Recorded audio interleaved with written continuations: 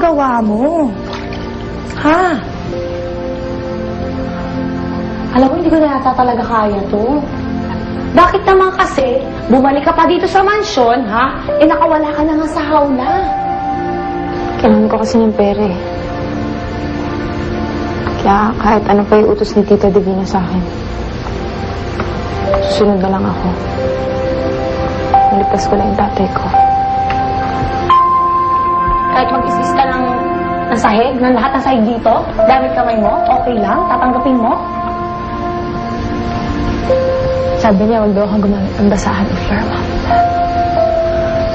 Sana toothbrush ginamit mo, di ba? Bakit ba napakahirap kontakin ng babaeng to? Dapat talaga sumama na ako sa probinsya eh.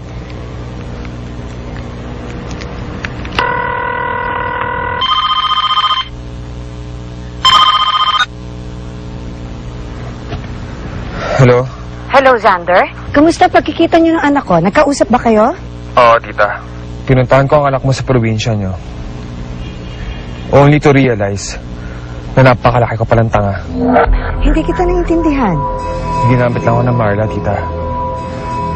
Wala talaga siyang intensyon na mapagbalikan sa akin. Napakabilis mo naman sumuko. Baka naman nagpapa-hard to get lang ang anak ko. You know naman my daughter. Yun na nga, tita eh. I thought I knew her. Akala ko pagkakatiwalaan ko siya. Pero niloko niya ako, tita. May ibang lalaki si Marla. At kasama pa niya sa probinsya. May lalaking kasama si Marla? Ewan ko kung saan niya napulot yung lalaking yun. Pinagpalit niya ako, tita. Sa lalaki nakabahag. Lalaking nakabahag? Ang kasama ni Marla? Alam mo, bro, talaga yung tsahin mo eh. Alam mo kung anong gusto nila mangyari?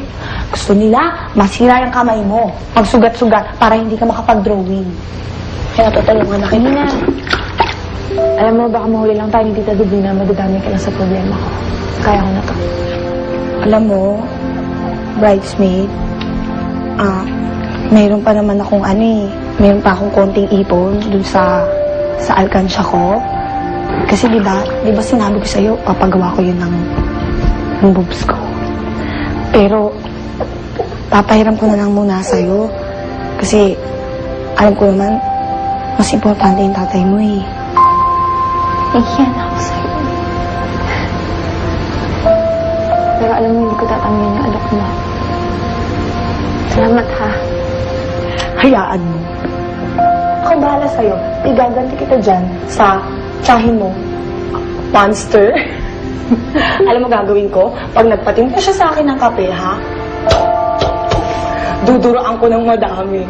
Promise, I will make you revenge. Salamat talaga. Alam mo, chika ka.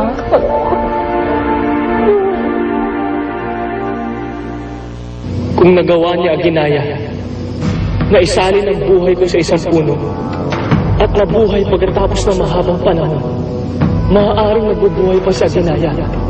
Maaaring nandito siya ngayon. Reincarnation.